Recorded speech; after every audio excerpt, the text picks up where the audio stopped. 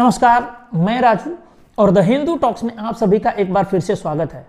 सबसे पहले मैं क्षमा प्रार्थी हूं कि पिछले लगभग 1.5 महीने से मैं आपके सामने नहीं उपस्थित हो पाया, क्योंकि घर में एक विवाह का प्रोग्राम था। इस बीच में छठ वगैरह का प्रोग्राम हो गया, जिसमें मूलतः मैं विवाह के प्रोग्राम की वजह से थोड़ा डिले हो पाया, आप लोगों के समक्ष उपस्थित नहीं हो पाया। इसके लिए मैं एक बार फिर से आप सभी से क्षमा मांगता हूं। लेकिन आशा है कि आगे आज के बाद जो भी कार्यक्रम रहेगा, समय पर हमारे कुछ वीडियोस आते रहेंगे। इन लगभग 1.5 महीने के समय के बीच में बहुत सारी ऐसी अंतर्राष्ट्रीय और राष्ट्रीय घटनाएं बीत चुकी जिन पर हमें बात करना आवश्यक था। सबसे महत्वपूर्ण एक घटना थी कि आज से लगभग 2 महीने पहले इजराइल पर फिलिस्तीनियों ने, या यूं कहें कि हमास वालों ने किस तरीके से हमला किया, उसके बाद इजराइल ने किस तरीके से उस पर रिटेलिएट किया। अब लगभग इजराइल पूर्ण रूप से गाजा को मजा चखा चुका है। बहुत सारे हमासी टेररिस्टों को मतलब उनके असली औकात दिखा चुका है, उनके जगह पर पहुंचा चुका है। उसके बाद कल और परसों 2 दिनों से पाकिस्तान में बहुत बड़ा कौतूहल था। इंटरनेट दिन भर शटडाउन रहा, जिसको लेकर के ऐसे कयास लगाए गए कि संभवतः दाऊद इब्राहिम को किसी ने जहर दे दिया है, और जिसके वजह से वो बहुत नाजुक हालत में अस्पताल में भर्ती है। लेकिन बाद में ये खबरें फर्जी साबित हुई, क्योंकि अभी पाकिस्तान में अननोन मैन यानी जो अनजान व्यक्तियों का जो खौफ चल रहा है कि किसी टेररिस्ट को कोई अनजान व्यक्ति आता है, गोली मार देता है, किसी को कहीं जहर दे देता है। तो भारत के बहुत सारे दुश्मन पाकिस्तान में एलिमिनेट हुए हैं। उसको लेकर के एक इस तरीके से कहा जा रहा था कि हो सकता है कि दाऊद भी इसमें निबट गया हो, लेकिन ऐसे खबर जो आई वो झूठी निकली। उसके बाद हमारे देश के अंदर बहुत सारी ऐसी घटनाएं हुई, खास करके जम्मू कश्मीर में 370 धारा को जो बहाल करने का पिटीशन था सुप्रीम कोर्ट में, उस पर सुप्रीम कोर्ट ने अपना निर्णय सुना दिया है और उस पिटीशन को स्क्रैप कर दिया, समाप्त कर दिया है, उसको खारिज कर दिया है।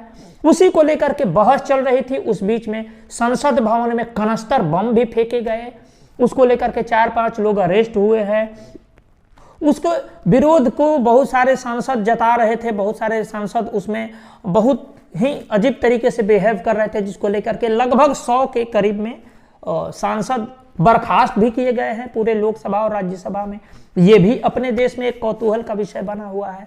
और पिछले ही दिनों एक सबसे बड़ा मास्टर स्ट्रोक भी चला है, जिसको लेकर के अभी मैं चर्चा करने वाला हूं।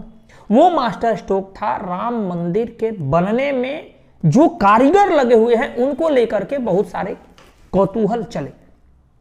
पिछले सालों में लगभग 3-4 साल हो गए राम मंदिर के उद्घाटन हुए और राम मंदिर बन रहा है। भगवान राम के मंदिर को बनने में हम सभी ने सहयोग किया, हमने भी सहयोग किया। अगर कोई कहेगा, कोई मास्टर स्ट्रोकवादी, कि आपने सहयोग नहीं किया है, तो मैं स्क्रीनशॉट दिखा सकता हूं, हमें कोई शर्म नहीं है। हालांकि वो दिखाना नहीं चाहिए, भगवान के लिए अर्पित है वो सारी जो भी मैंने चीजें अर्पित की हैं, और वो भगवान का ही दिया हुआ है, राम जी का दिया हुआ है, तो राम जी के लिए अर्पण करते हैं।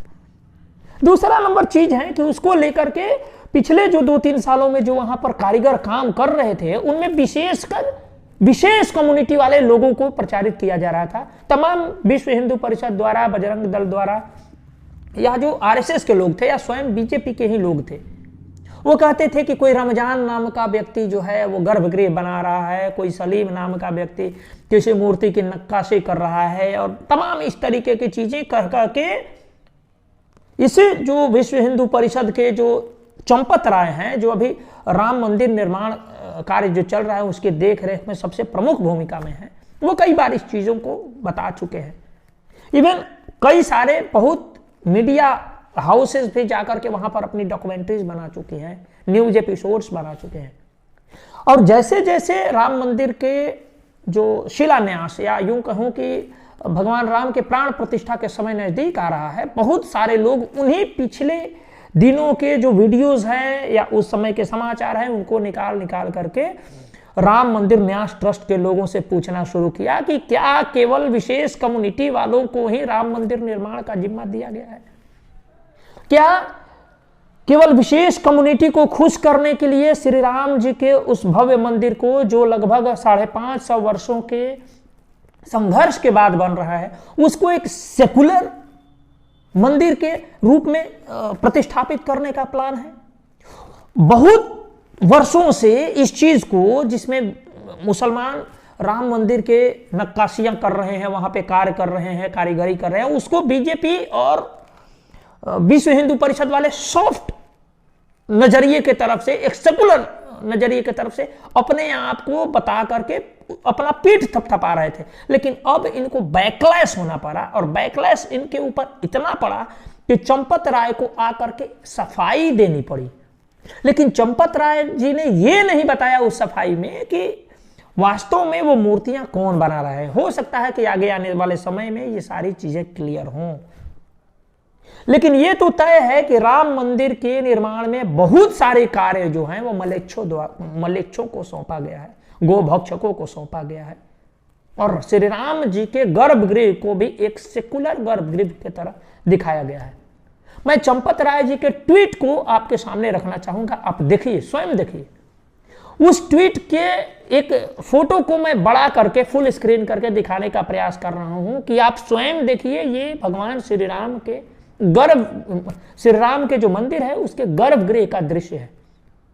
आप इस वीडियो को पॉज करिए, इस फोटो को बड़ा करके आप देखिए, और कोई भी यदि हिंदू का सिंबल दिखता है इस पूरे गर्भगृह में, जो इस फोटो में दिखाई दे रहा है, पूरा गर्भगृह फोटो में दिखाई दे रहा है, लेकिन एक भी यदि हिंदू का कोई सिंबल मिलता है, कोई चिन्ह मिलता है, कहीं कमल मिल गया, डमरू मिल गया, त्रिशूल मिल गया, या कहीं ओम का निशान मिल गया, या किसी देवी देवता के वहां पर प्रतिमा मिल गई, तो आप हमें कमेंट बॉक्स में अवश्य बताइएगा। लेकिन हमने बहुत देर निहारा इसमें, लेकिन बिल्कुल ही अगर वहां पे भगवा झंडा ना गाड़ा गया हो तो ये पता ही नहीं चलेगा कि ये किसी मकबरे का गुंबज है या भगवान श्री राम के मंदिर का गर्भगृह है। आप स्वयं देखिए और विचार करिए कि क्या किसी भी तरीके से ये जो गर्भगृह है, इसका फोटो देखने से आपको लगता है कि ये किसी हिंदू के मंदिर का गर्भगृह है और भगवान श्री राम के भव्य मंदिर का गर्भगृह है? आप स्वयं विचार करिए और अपने विचार को हमें कमेंट बॉक्स में अवश्य बताइएगा। आपसे एक बार फिर से पिछले 1.5 महीनों से दूर रहने का क्षमा मांगते हुए आपसे फिर से एक बार आग्रह करता हूं कि आप हमारे चैनल को सब्सक्राइब करिए, वीडियोस को लाइक करिए और अपने दोस्तों को भी शेयर करिए। आपका बहुत बहुत आभार। एक बार फिर से नमस्कार।